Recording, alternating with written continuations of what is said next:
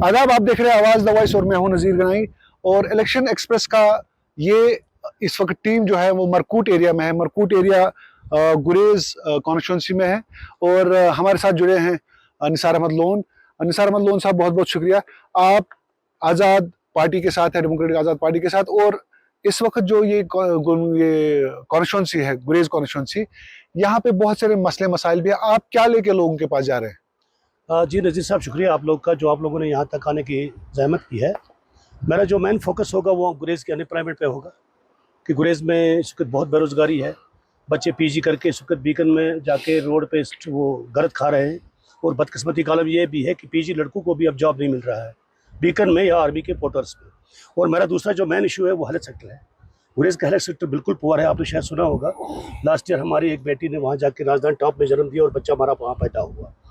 जहाँ गायनेकोलॉजिस्ट की बिल सबसे बड़ी दिक्कत है, कोई फिजिशियन नहीं है, डेंटल नहीं है, आर्थो नहीं है।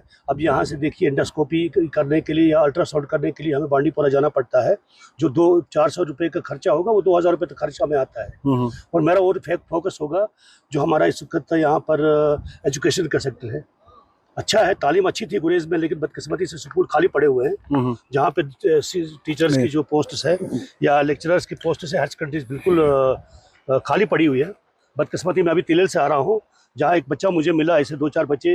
मैंने उनको बोला, बेटा कहाँ पढ़ते हो? बोला, हम बड़ूगाम हायर सेकेंडरी बड़ोगाम में पढ़ते हैं। तो मैंने बोला, क्या पोजीशन है आप लोग की? Medical subjects. बोला, हमने मेडिकल स्ट्रीम ली है, लेकिन मेडिकल स्ट्रीम का कोई लेक्चरर वहाँ पर है नहीं। तो ये तो गुप अंधेरे में इस वक्त गुरेज इलाका जा रहा है। और हमारा फोकस होगा इलेक्ट्रिसिटी पर।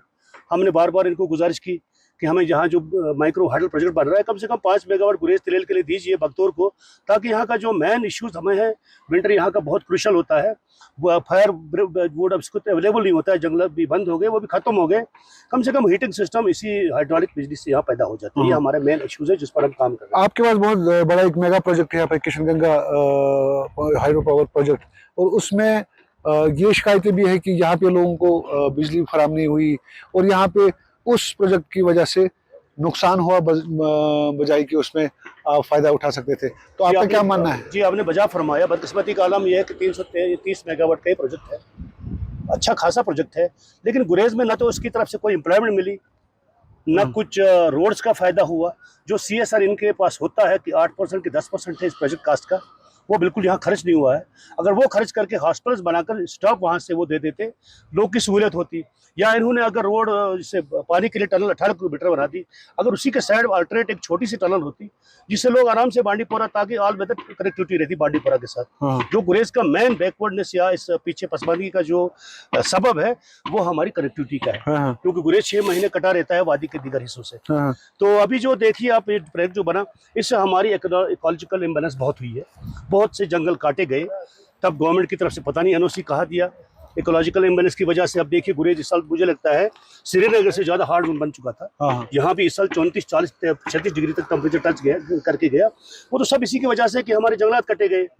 और जो वहाँ अभी जो लोग वहाँ के मिसाल प्रोजेक्ट इफेक्टेड फैमिलीज है, उनका जो वन टाइम पैकेज अभी तक वो नहीं मिल रहा है। जबकि जो ये बिजली जनरेट कर रहे हैं तो 1 घंटे का पता नहीं 3-4 करोड़ रुपए 1 घंटे में कमा लेते हैं, लेकिन गरीबों का जो पैसा अभी तक वो बंद है।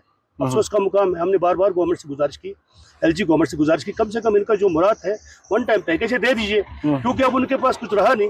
लोग यहाँ से शिफ्ट कर माइग्रेशन करके बांडीपुर चले गए या श्रीनगर वादी के दूसरे हिस्सों में जमीन ले ली, लेकिन उन्होंने 10 मरला या कनाल ले ली होगी। अब जिसके 4 बच्चे हो, जनरेशन बढ़ती जाएंगी, वो आगे जाके क्या करे, इस पर गवर्नमेंट को चाहिए था थोड़ा। तो आपको नहीं लगता कि जो पिछले यहाँ पे जो MLA साहिबान रहे हैं, तो उनके यहाँ से कुछ काम हुआ है? नहीं जी, आप खुद देख रहे हैं, गुरेज एक छोटा सा इलाका है, एक बाउल की तरह है। अगर MLA चाहते तो इसको सोना बनाते, कम से कम इतनी फैसिलिटीज दे देते, इतना डेवलप होता कि गुरेज की इतनी मुसीबत इस वक्त नहीं होती। ये मुझे तो इस चीज़ का दुख है। अब ये जो मुर्दे हैं, हम उखाड़ा नहीं चाहते हैं, किसने क्या किया ये आप लोग के सामने है। कुछ चंद गिनी चुनी बिल्डिंग्स के अंदर रूफ को टिन है, कलर टिन रूफ हुआ है, वो गुरेज की डेवलपमेंट नहीं है। गुरेज को जो मेरे हिसाब से मैंने देख लिया है, बांडीपुरा में मैं पोस्टिंग था, आलूसा एक इलाका है, जितनी आलूसा की पॉपुलेशन है उतना गुरेज इलाका है। बदकिस्मती है कि, और ये देखिए यहाँ डिफरेंट टाइप्स के फंड्स आते हैं। गुरेज एक ट्राइबल एरिया है, 100% ट्राइबल, उसके लिए ट्राइबल फंड्स आते थे, बॉर्डर एरिया डेवलपमेंट फंड्स आते थे। अच्छा, बाकी स्टेट सेक्टर में जो फंड्स है वो भी आते थे, लेकिन डेवलपमेंट के हिसाब से कुछ नहीं हुआ।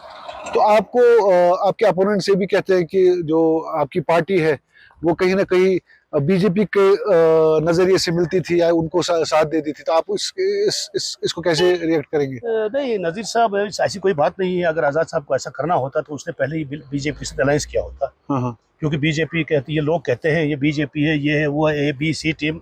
मुझे इस चीज़ में ज़्यादा जम जाने की ज़रूरत भी नहीं है। आज़ाद साहब एक सिंसियर आदमी है, लोग उसके काम यहाँ जतलाते हैं। यहाँ के लोग, गुरेज के लोगों को, तिलेल के लोगों को बारामूला जाना पड़ता था डिस्ट्रिक्ट फैसिलिटी के लिए, हाँ, लेकिन आज़ाद साहब ने इस गुरेज तिलेल की वजह से बांडीपुरा को डिस्ट्रिक्ट दे दिया। यहाँ देखिए, डिग्री कॉलेज दिए 2 गुरेज तिलेल के लिए, हॉस्टल दिए। गुरेज अस्पताल पहले लिखा था सब डिस्ट्रिक्ट अस्पताल, जब वो नई लोकेशन में शिफ्ट हो गया वहाँ फिर वो कम्युनिटी हेल्थ सेंटर था। ये हशर किया है पिछली गवर्नमेंट ने।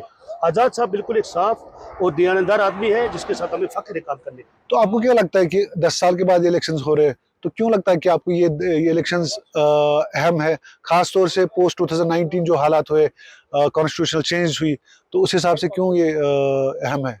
देखिए नज़ीर साहब, अहम इसलिए है, अब लोग बहुत तड़प गए हैं, लोगों को इंसाफ नहीं मिल रहा है, क्योंकि जो इलेक्टेड गवर्नमेंट है उसका डायरेक्ट असर पड़ता है लोग के अंदर।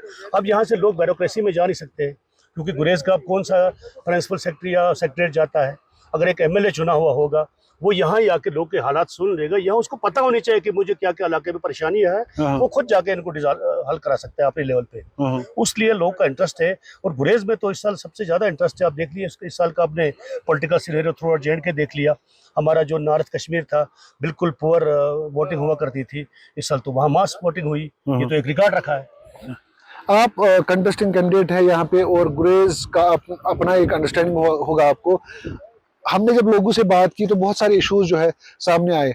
आप किन 4-5 इश्यूज को गिनेंगे जो सबसे अहम रहेंगे आपके लिए, और जिन पे आप immediately, if you are elected, immediately आप काम करना स्टार्ट करेंगे? जी नज़ीर साहब, मेरा पहला फोकस मैंने आपको बताया अनएम्प्लॉयमेंट पे होगा। हाँ, दूसरा मेरा होगा हेल्थ सेक्टर में, एजुकेशन सेक्टर में, और रोड कनेक्टिविटी के बारे में होगा। देखिए, टनल की डिमांड साहब पिछले 20-40 साल से हुआ करती है, लेकिन ये तो एक बड़ा इतना प्रोजेक्ट है, मेगा प्रोजेक्ट बनेगा ये, जिसके लिए दिल्ली सरकार से हमें रिक्वेस्ट करनी पड़ेगी।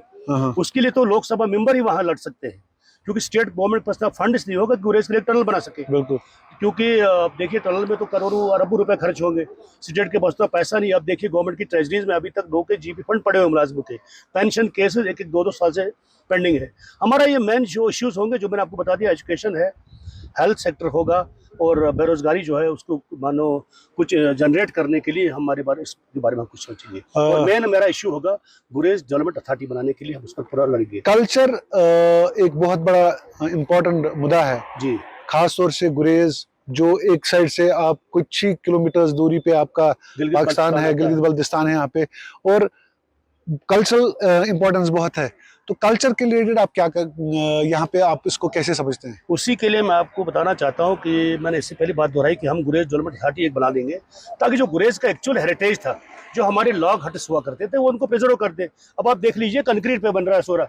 अब ये जंगल कंक्रीट ही हो जाएगा, जिससे हम इंशाल्लाह रहमान कोशिश करेंगे कि कंक्रीट सिस्टम को बंद करें, लॉग हट्स में मकान बने, छोटे छोटे ही बने, जैसे पहले गुरेज था। उस गुरेज को हम वापस लाने की कोशिश करेंगे, ताकि जो हमारी हेरिटेज है, जो हमारा कल्चर और ट्रेड है, उसको हम प्रिजर्व कर सकें। बहुत बहुत शुक्रिया लोन साहब। Thank you so much for giving us your time. Thank you. Thank you.